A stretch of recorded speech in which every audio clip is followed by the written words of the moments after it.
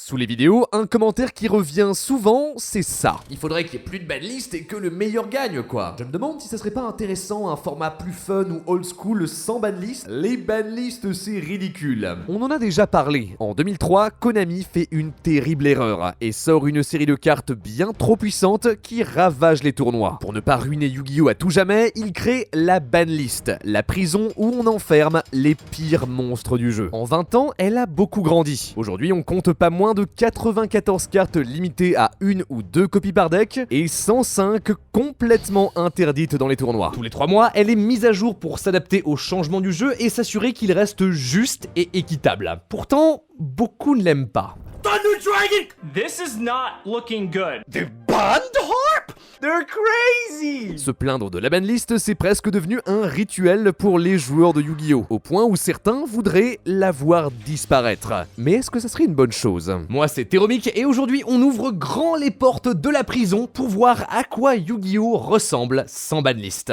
Pourquoi une carte est bannie? Quand on regarde la liste des cartes interdites ou limitées de Yu-Gi-Oh! On peut les classer dans 4 catégories. D'abord, celles qui sont individuellement trop puissantes. Peau de cupidité, charité gracieuse, violent orage, espace de négation, beaucoup de très vieilles magies et pièges sont comme ça. À elles seules, elles te donnent un avantage énorme. Genre onde glacée empêche carrément ton adversaire d'activer des magies et pièges pendant son prochain tour. Tandis que confiscation te permet de regarder dans sa main et de défausser une de ses cartes. Elles ne sont pas justes puisque tu peux les activer gratuitement, elles favorisent beaucoup trop ceux qui jouent en premier. Si t'as envie de voir ce qu'elles font, jette un coup d'œil au GOAT format, Yu-Gi-Oh! Mais comme en 2005. Là-bas, la plupart sont légales et le jeu se résume à qui mettra rapidement le plus de cartes bannies sur le terrain. La catégorie s'applique aussi aux monstres. Quand elles sont retournées face recto, Morphojar, Cyberjar et Fiberjar reset la partie, tandis que Dragon Gumblar topologique lui défausse toutes les cartes de la main de l'adversaire. Le pire, Cancrelamax, qui te fait piocher une carte à chaque fois que l'adversaire invoque un monstre spécialement. C'est fou comme effet. Au Japon ainsi que sur Master Duel, il est autorisé et il est dans 94% des decks. C'est simple, il polarise l'entièreté du jeu autour de lui. En bien, en mal, le débat est ouvert. Une carte peut aussi se faire bannir parce qu'elle est trop versatile. Une fois par tour, Shen Lavalval te permet d'envoyer n'importe quelle carte de ton deck au cimetière. Très simple à invoquer, juste en superposant 2 monstres de niveau 4, il est incroyable pour lancer d'énormes combos. Tu peux juste faire trop de choses avec, et on le voyait dans tous les decks les plus dégénérés de l'époque. Konami l'a banni, mais il n'a pas appris la leçon. Les dernières années de Yu-Gi-Oh! Ont été frappées par la sortie des liens. Des cartes bleues, invocables très facilement depuis l'extra deck en envoyant un certain nombre de monstres depuis ton terrain au cimetière, et certaines avec des effets terriblement puissants. Crystron Alkifibrax invoque par exemple n'importe quel synthoniseur de niveau 3 ou moins directement de ton deck. Anaconda vers Prédaplante sort gratuitement une fusion, tandis que Gobelin Chevalier du Cauchemar te donne une deuxième invocation normale ce tour. Tous au cœur des stratégies les plus dégénérées les unes que les autres, avec toutes le même but, construire un terrain impassable et empêcher l'autre de jouer. En fait, si on les bannit, c'est pour ne pas avoir à designer tout le jeu autour d'elle. Numéro 42, Tomahawk Galactique est une Xyz de rang 7 qui remplit ton terrain avec des jetons. Tu les utilises pour faire un énorme combo qui remplit ton terrain avec les monstres les plus puissants du jeu. Tant qu'il est là, on ne peut pas créer trop de bons monstres de niveau 7, sinon il casserait le jeu tout de suite. Il fallait s'en débarrasser. La pire, c'est sûrement Isolde.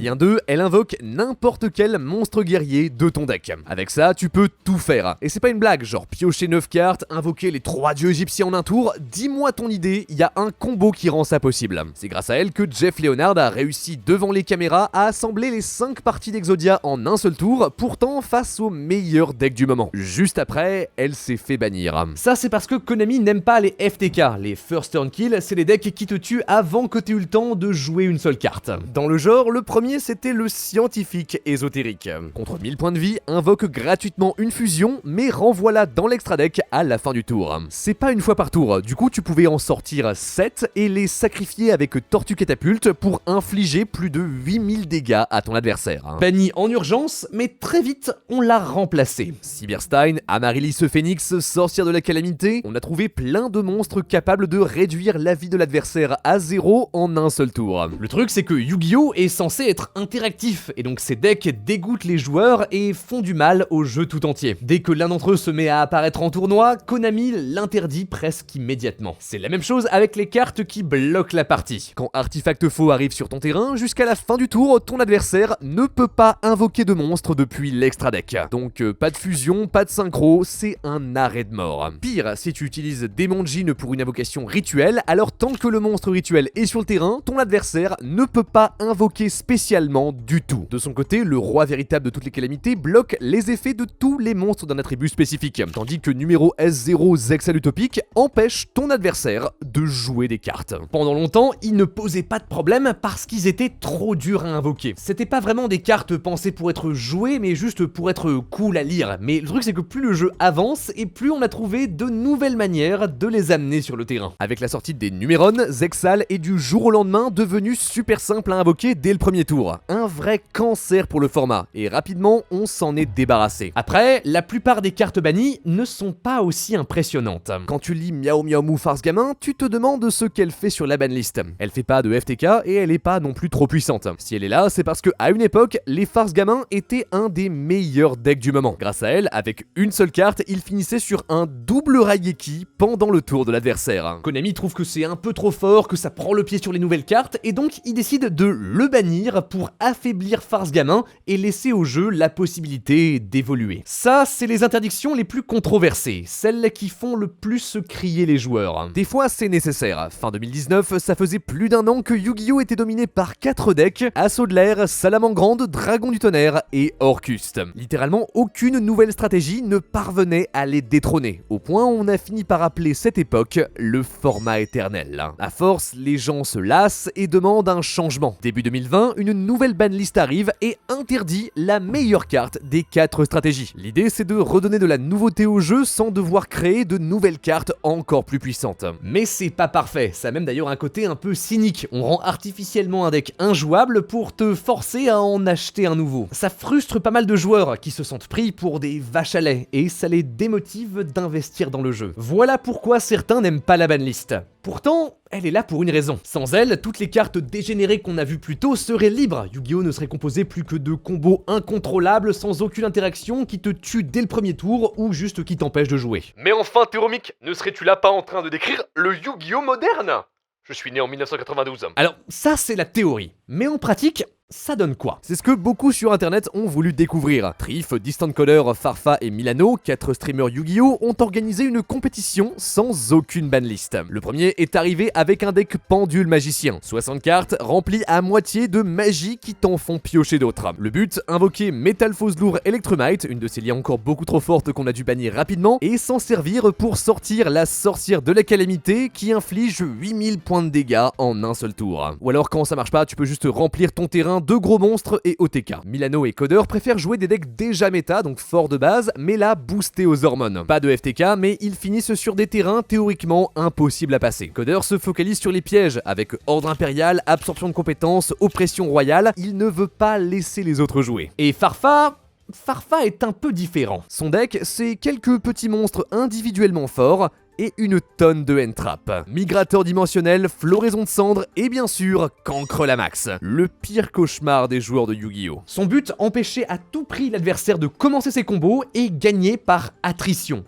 Du pur anti-méta. C'est la stratégie de Joshua Schmidt. Dans un concept similaire, il attend que son adversaire joue ses cartes jusqu'à activer Illusionniste d'effet et Nibiru pour raser le terrain. 2 cartes complètement légales, mais qui pourtant suffisent à arrêter même le plus banni des monstres. Farfa n'a pas autant de chance, il se fait battre au premier round. Mais il n'est pas le seul à avoir eu cette idée. Au Japon, un groupe de passionnés organise les Unlimited Festival, une série de tournois ouverts à tous et sans banlist. Et justement, c'est Zodiac, le deck de Farfa, qui remporte la toute première édition. Confiscation, sentinelle inflexible, duo de délinquants, il attaque directement la main de l'adversaire et le prive de toutes ses cartes. La preuve que, même sans banlist, le format n'est pas aussi uniforme qu'on aurait pu le croire. Alors oui, on retrouve les stratégies attendues, des FTK avec le magicien ésotérique, des decks bien cancer avec mine mystique et des énormes combos qui partent dans tous les sens, sauf qu'on a aussi eu quelques surprises, comme ce deck qui cherche par exemple à exploiter au maximum Crystron Alkifibrax, un combo plus compact mais très versatile, une pépite d'ingéniosité. Mais de très loin, le deck qui se démarque,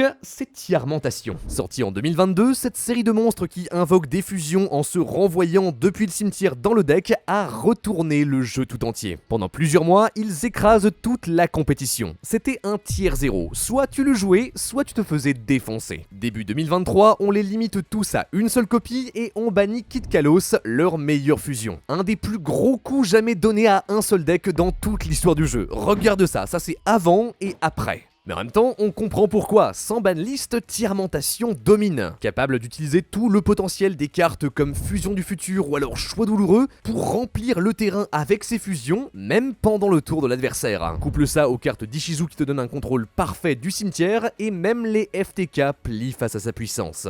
Y a plus aucun doute, Tiermentation est le meilleur deck de tous les temps. Pour le contrer, les gens se mettent à jouer Kashtira. Tant que Heroesart, une autre carte bien bannie, est sur le terrain, toutes les cartes envoyées au cimetière sont retirés du jeu à la place. Un arrêt de mort pour Tiermentation. La surprise, c'est que cette dynamique, elle a vraiment existé. C'était la méta de février 2023, les quelques semaines avant la banlist qui a détruit Tiermentation. Yu-Gi-Oh! Sans banlist, c'est Yu-Gi-Oh! De 2023. Bon, un peu boosté aux hormones, mais fondamentalement, c'est la même chose. En sachant ça, est-ce qu'on aurait vraiment besoin d'une banlist? Et oui. Ce format n'est pas fun, il est rempli de decks très peu interactifs qui se battent avec des cartes individuellement trop fortes. Si tu joues en deuxième, tu n'as presque aucune chance de gagner. La banlist est là pour corriger ces erreurs et permettre aux autres decks d'exister. En fait, sans elle, Yu-Gi-Oh! Serait juste moins bien. Par contre, ce que ça révèle, c'est l'importance du power creep. Le concept que chaque nouvelle carte doit être un peu plus puissante que les précédentes pour inciter les gens à toujours acheter plus de boosters. Finalement, banlist ou pas, les meilleurs decks sont toujours les plus récent. C'est ce qu'a voulu prouver MBT, youtubeur Yu-Gi-Oh! Il a organisé une série de tournois assez spéciaux. Dans le premier, il libère une 50aine de cartes. Certains, comme Transporter Zen Mighty Automate, pourtant considérés par tous comme trop puissantes, capables de briser le jeu. Et pourtant, rien ne se passe. Le top cut est majoritairement composé de decks qu'on aurait vu dans n'importe quel autre tournoi de l'époque. The winner of the most broken ban list of all time, a ban list that would destroy Yu-Gi-Oh! Is Dragon Link. It's just Dragon Link. Alors, il continue. De 50, il passe à 60 et à presque la moitié de la banlist. On a bien quelques surprises, comme Synchronique ou alors Véritable Draco, qui parviennent à se hisser au sommet. Mais ils coexistent avec les autres stratégies et ils rendent le format plus divers. Plus de demi-mesure, MBT retire 121 cartes de la banlist. Et encore une fois, Dragon Link l'emporte. It's just Dragon Link. Regarde-moi ça, pas une seule carte bannie sur le terrain, juste des bonnes cartes sorties récemment. La morale, c'est que même si on ne doit pas tout débannir, beaucoup de cartes pourraient revenir dans le jeu sans poser le moindre problème. Et même au contraire, ça permettrait à des decks oubliés depuis longtemps de revenir dans la méta. Même Konami le sait, à chaque nouvelle banlist, il libère quelques vieilles cartes comme ça qui peuvent revenir. Mais ça se fait au compte-gouttes, on pourrait faire mieux. Yu-Gi-Oh! A besoin d'une banlist. Mais il serait peut-être temps de revoir son système. En plus de faire un grand ménage, c'est l'occasion de se demander à quoi elle sert. Est-ce qu'elle est là pour créer le jeu le plus juste possible ou est-ce que c'est un outil qui est là pour privilégier la nouveauté? Ça serait intéressant d'entendre les voix des designers de chez Konami. Magic et Hearthstone ont aussi leur propre banlist, mais elles sont accompagnées de commentaires qui expliquent leur but et la direction que l'entreprise veut donner au jeu. Quelquefois, Konami l'a fait, mais aujourd'hui, plus rien. C'est silence radio. Il n'y a pas de vraie réponse. La question c'est donc, vous, maintenant que vous savez à quoi ressemble le Yu-Gi-Oh! Sans elle, quelle est la banlist que vous voulez pour Yu-Gi-Oh! Voilà, dites-le moi en commentaire, on peut en discuter, ça sera un plaisir. Et sur ce, merci beaucoup de m'avoir écouté, c'était Teromic. Abonnez-vous, croyez en l'âme des cartes. À la prochaine.